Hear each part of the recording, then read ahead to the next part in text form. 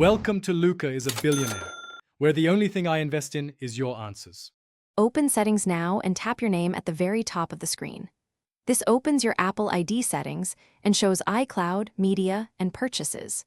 Scroll down and tap Sign Out to begin removing your Apple ID from this device. You must enter your Apple ID password when prompted to turn off Find My iPhone. After authentication, choose whether to keep a copy of contacts, calendars, and Safari data on this iPhone. Confirm Sign Out to complete removal of the Apple ID. If you cannot access the iPhone, use iCloud. Com from a computer or another device.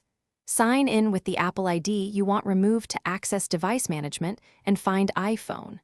Open Find iPhone, click All Devices, and select the iPhone you want to remove from the account. Choose Remove from Account to dissociate the device from that Apple ID. This action prevents activation lock and allows a new Apple ID to be added later on the device. If you forgot the Apple ID password, start account recovery at iForget. Apple.com right away.